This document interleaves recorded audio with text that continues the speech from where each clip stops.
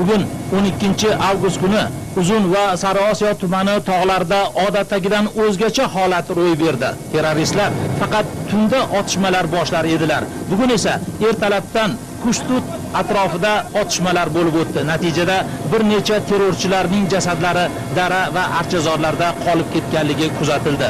Bizning jangchilar orasidan bir kishi yaralandi. Biz bombalar bilan maxsus qurollangan jangovar vertolyotda kecha janglar bo'lib o'tgan va bugun ham mana shu janglar davom etayotgan maydonlar tomon yo'l oldik. Kecha ham aynan shu Kishtutda qattiq janglar bo'lib o'tdi. Unda Mudofaa vazirligining maxsus tezkor batalyoni alohida jasorat ko'rsatdi. Afsuski, talofatlar ham bor. 3 nafar jangchimiz vatanni himoya qilishda qahramonlarcha halok bo'ldi. Uzoq davom etgan otishmalardan so'ng Kishtut archazorlari orasida 10 dan ziyod terrorchilarning ham jasadlari topildi.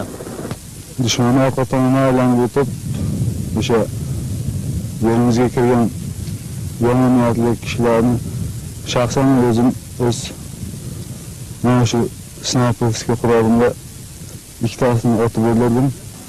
Terrorchilar jasadlari ko'zdan kechirilganida ularning yonidan jihodga chorlovchi shiorlar, jang qilish usuli, diniy she'rlar yozilgan daftarchalar chiqdi.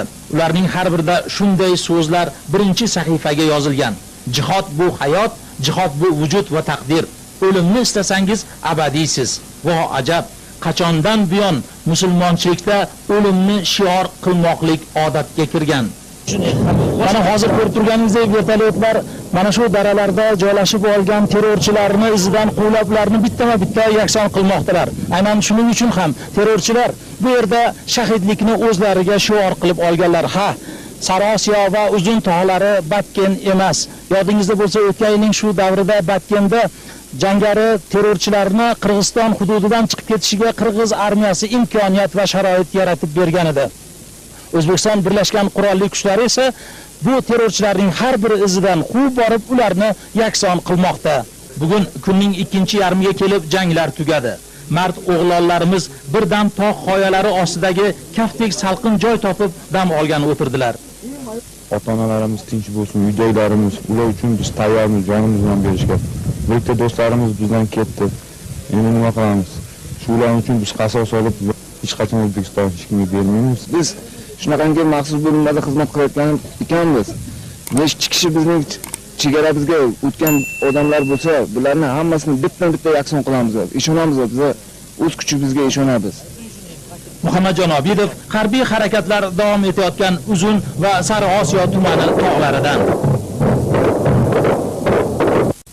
Uzun va Sariosiyo tog'larining tabiiy sharoiti shundayki, u tik qoya va chuqur jarliklardan iborat. Bu yerda jang qilishning eng qulay va samarali uslubi vertolyotlar ishtirokidadir.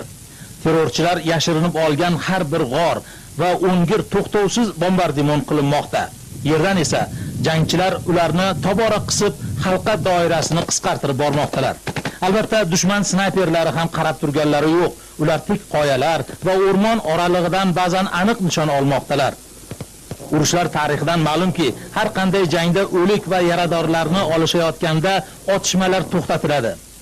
Jangchilarimiz Kishtut daralarini tozalash chog'ida terrorchilarning bir necha jasadlariga duch keldilar. Dagi insoniy tuyg'u shu jasadlarni yig'ib ko'mishga chorlagandi. Shu payt pistirmada yotgan terrorchilar o'z maslakdoshlari jasadlarini islomiy qoidalarda ko'mayotgan jangchilarimizga qarata o't ochdilar. Biz 3 ta dushman o'ligini topdik. Dushman o'liklarini olib chekiga olib qo'yib, tasmasligi uchun, bu yomon holatga kelmasligi uchun biz insoniy fazilatimizni amalga oshirayotgan paytimizda bizga qarata dushmanlar o'q ota boshladi. Bu jang va biz ham ularga qarshi ishlay boshladik. Bu to'qnashish 2 soatlarcha davom etdi. 2 soatlarcha davom etdi.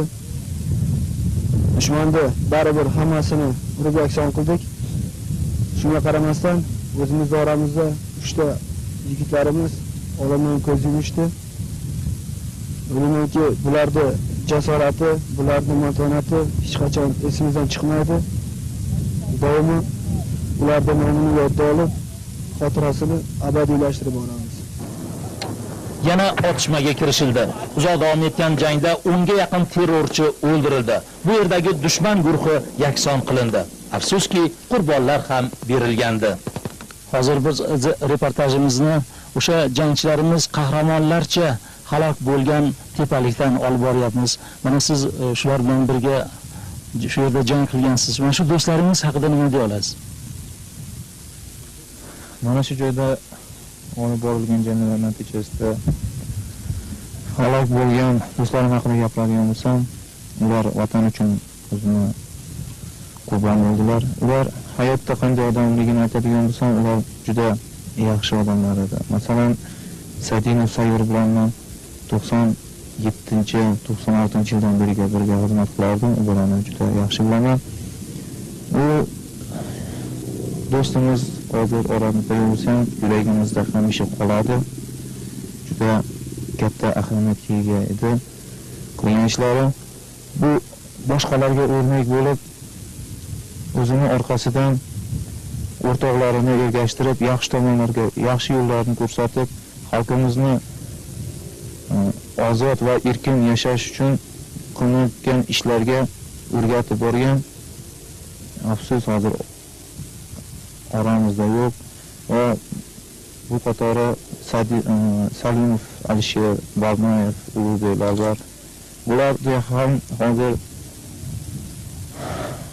men achinib gapiraman, afsuslanaman. Safimizda yurgan hamma yigitlar nomidan qasam ichamiz, hammamiz ular uchun biz qasos olamiz. O'zbekistonimizni har xil yovuz kuchlarga berib qo'ymaymiz. Vatanning har bir qarich tuprog'ini jonidan-da aziz deb bilgan mana shu jangchilar shu tog'larda turib, qo'limga bir she'r yozib tutdilar. Unda shunday satrlar bor. Yurtimga ko'z tikkan ey mujohid, ajaling muqarrar misoli bir it, shu tog'lar senga oxirgi makon, yo'q oldinda o'zga chora imkon. Qasam ichamiz ey do'stlar, ming on hech kimga bermaymiz seni O'zbekiston. Xo'sh, aynan shu daqiqadagi, kunning oxiridagi vaziyat qanday? Bu haqda podpolkovnik Rafael Sodiqov shunday sharhlaydi. Bugungi vaziyat shundayki, dushman Kishtut atrofida halqaga olindi. Bizning qurolli kuchlar barcha muhim tepaliklarni egalladilar. Dara, daryo va o'rmonlarning muhim o'tish mumkin bo'lgan nuqtalarida jangovar otryadlar, kuzatuv postlar qo'yilgan. Kecha kunning ikkinchi yarmida bugun shu paytgacha olib borilgan jangovar harakatlar va bombardimonlar natijasida dara va archazorlarda dushmanning o'nlab jasadlari qolgani kuzatilmoqda. Terrorchilar mana shu o'rmon atrofida halqada qoldilar. Bugun ularni qirib tashlash rejalari yakunlanishi kerak. Jang bo'lib o'tgan joylarda sapyorlar ishlamoqda. Minalashtirilgan maydonlar tozalanyapti. Dushmanlarning jasadlarini harbiy prokuratura vakillari ko'zdan kechiryapti. Havodan dushman yashiringan joylarga bombardimon qilish davom etmoqda.